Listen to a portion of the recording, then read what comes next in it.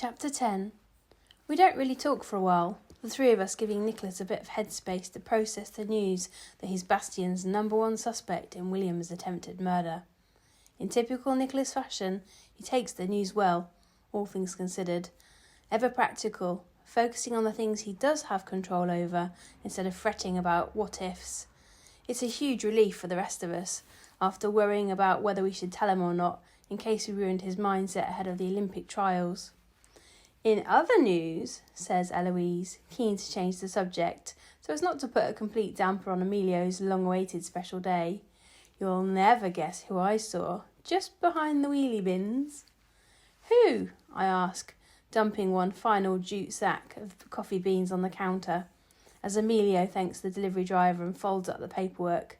Eloise grins, fanning herself with the bottom of her t-shirt after the bean-carrying workout. Yvette, she says, with a really handsome guy as well. All muscles, bit of a tan, they were smooching for ages. Hope Dan won't be jealous.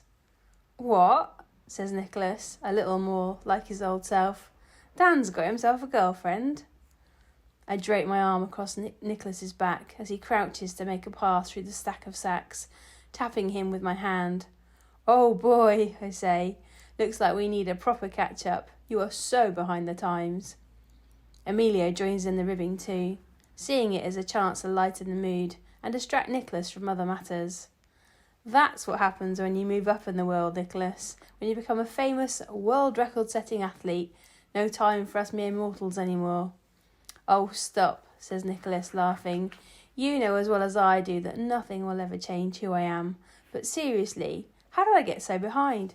And who's this Yvette? Where did Dan meet her? How long have they been together? It must be pretty serious. I don't think I've ever known Dan to have a girlfriend before. He's always been too focused on expeditions for that kind of thing. Pass me that knife, will you? Says Emilio.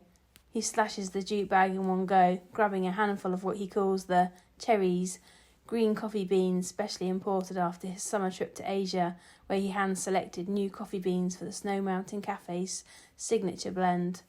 He handles them as delicately as if they were the crown jewels, raising his hand to his nose so he can savour the aroma, an expression of sheer, unadulterated infatuation across his face. Nicholas straightens back up, mopping some sweat from his brow and resting his hands on his hips as he enjoys a moment of respite after all the hard work of heaving the sacks from the back of the truck to the cafe's interior. She's just messing with you, I say. Dan doesn't even fancy her. He was just looking after her, that was all. I'm keenly aware that this conversation will cause the mood to drop again, but as a friend, I know that in order to protect Nicholas, he needs to be prepared for any eventuality that Bastian throws at him. Keep him in the loop, as it were. Okay, I say. So, yesterday morning, Dan was with me at the half-pipe because I wanted to master Inga's move, and basically, when we were on our way back, that's when we found William's body in the snow, and then this girl, Yvette, came up to us and said she'd seen a boy with a gun in the woods, heard some shots, and, well, as you can imagine, she was pretty shaken up to find me and Dan with a body, so Dan brought her here to cheer her up before he escorted her home. I turned towards Eloise just to make sure the message gets across. He doesn't fancy her, he was just being chivalrous. Eloise grabs me playfully, trying to force my body away from where Nicholas is standing, so she can give Nicholas her account of matters. One hand trying to silence me as she snorts loudly. What Maddie actually means, she says, looking at Nicholas, is that she's in love with Dan, and she's just jealous that Dan was all over Yvette and not her. That's so not true, I say, resting with Eloise's arm and bending away so as to avoid her hand over my mouth, eventually breaking free and smoothing down my clothes as I fight to catch my breath from laughing so hard. So you fancy Dan, eh? I had no idea, says Nicholas. I can feel my face flush as I struggle to end this topic of conversation. And you can shut your face too, Nicholas, I say. But seriously, who was she with? Who was she kissing? Do we know him? Eloise shakes her head, face all serious. I said he was good-looking, didn't I? Do we even know any good-looking guys? Oi, says Nicholas. Don't let Violetta hear you say I'm not good-looking. And what about Emilio? He's a fine figure of a man. Just ask Camilla. I can't help but grin. Well, you know what they say about love being blind. Emilio slaps his hands together, unable to contain his excitement any longer, gathering us around and instructing Nicholas on how to climb up a small ladder so he can pour the first sacks of green beans into the giant roaster, whilst he hovers by a small computer screen selecting different options for his soon-to-be signature espresso. 100% Arabica beans which he has selected from 12 of the best Grand Crus in the world. His enthusiasm is contagious, each of us focused on every little action and which setting does what as he talks us through the entire roasting process. Ready? Asked Nicholas, grinning like a child on Christmas morning. Arm muscles taut as he steadies the sack above the funnel up top. Emilio raises a finger, communicating that he wants Nicholas to wait a moment, then dropping it as speedily as a man with a checkered flag at a racing car track. The sound of hundreds of fresh green beans dancing on metal as they spiral around the funnel and into the searing heat of the roaster, each bean making a brief appearance as it jumps up and down in front of a small round viewing window. An incredible thought occurs to me out of nowhere, marks this moment as a memory worth noting for future reference as I lean against Eloise. You know what? I say. If Nicholas gets into the Olympics and wins a medal, this coffee could go for a small fortune. Beans added to the roaster by a famous Olympian. Imagine that. Just think of what's it called? Not nostalgia. It begins with a P. What's it called? Provenance, says Emilio, smiling at me. And I only know that because it was a clue in Theo's crossword the other day. I nod my head. Exactly. Provenance. Just think, how splendid is that?